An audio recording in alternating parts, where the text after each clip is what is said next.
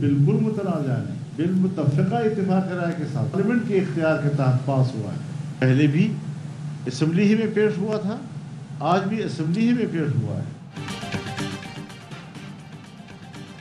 مدارس بل اب قانون بن چکا، گیزٹ نوٹیفیکیشن جاری کیا جائے. اتحاد تنظیمات مدارس کا مطالبہ.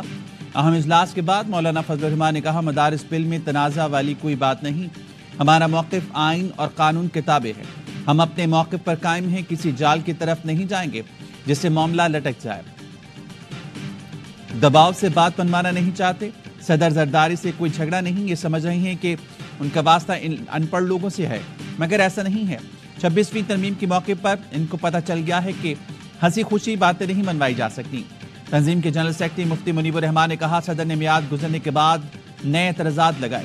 یہ بل اب قانون بن چکا، قانون کے مطابق گیزٹ نوٹیفیکیشن جاری کیا جائے. اتحاد تنظیمات مدارس کے اجلاس میں مفتی تقی عثمانی سمیت دیگر علماء نے شرکت کی.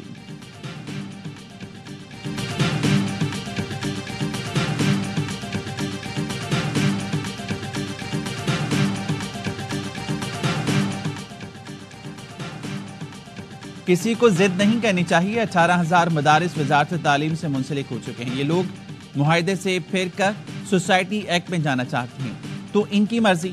حکومت ہمارے چلتے ہوئے نظام کو نہ چھیڑے. حکومت نے جو بھی قانون سازی کرنی ہے ہمیں بھی اعتماد ملے. علامہ طاہر اشرفی کی پروگرام لامتار میں گفتگو. کہا حکومت کا کام پالیسی بنانا ہے، 5 ووٹ کو اعتماد میں لینا اور 10 کو چھوڑ دینا درست نہیں.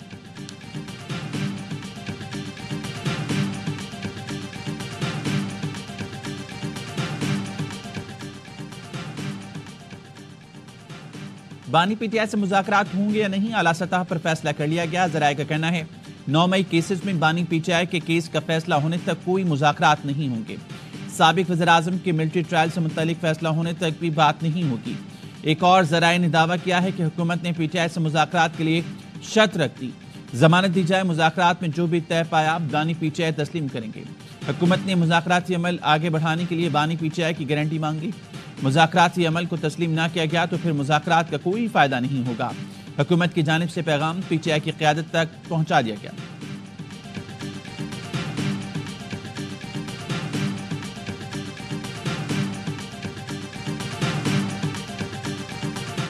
حکومت مذاکرات کے لیے تیار نہیں ہے. جس کے ساتھ ہمارے مذاکرات ہونے ہیں انشاءاللہ تیار ہوں گے. سول نافرمانی تحریک کے حوالے سے تحریک انصاف اب ہم کا شکار کیوں ہے؟ خان صاحب ہی کی کال ہے اور اوورسیز پاکستانیوں کے لیے وہ جو خان صاحب کی کال ہوتی ہے وہ صرف اور صرف خان صاحب ہی کال اپ کر سکتے ہیں. جس کے ساتھ مذاکرات ہونے ہیں وہ انشاءاللہ تیار ہوں گے. Chairman P T I barrister Gohar نے دعویٰ کر دیا. کہتے ہیں سول نافرمانی کی کال بانی پی ٹی آئی واپس لے سکتے ہیں. مذاکرات کے آفر موجود، سول نافرمانی کا آپشن بھی نہیں چھوڑا. پارلیمنٹ آتے ہوئے کہا امید ہے 2 دن میں کچھ پیش رفت ہوگی. سول نافرمانی کی تحریک پہلے مرحلے میں بیرون ملک پاکستانیوں کے لیے ہوگی. شوکت یوسفزئی نے کہا جلدی مذاکرات کریں ورنہ سول نافرمانی ہوگی. حکومت طاقت کے نشے سے نکل کر سنجیدہ مذاکرات کرے. مذاکرات ہماری کمزوری نہیں، مذاکرات نہیں ہوتے تو شاید بانی کی طرف سے کسی نئے لاہ عمل کا اعلان ہو جائے. ملک کو کوئی نقصان ہوا تو ذمہ دار حکومت ہوگی. عامر جوگر نے دعویٰ کیا بانی پی ٹی آئی سول نافرمانی سے متعلق آج حتمی فیصلہ کریں گے.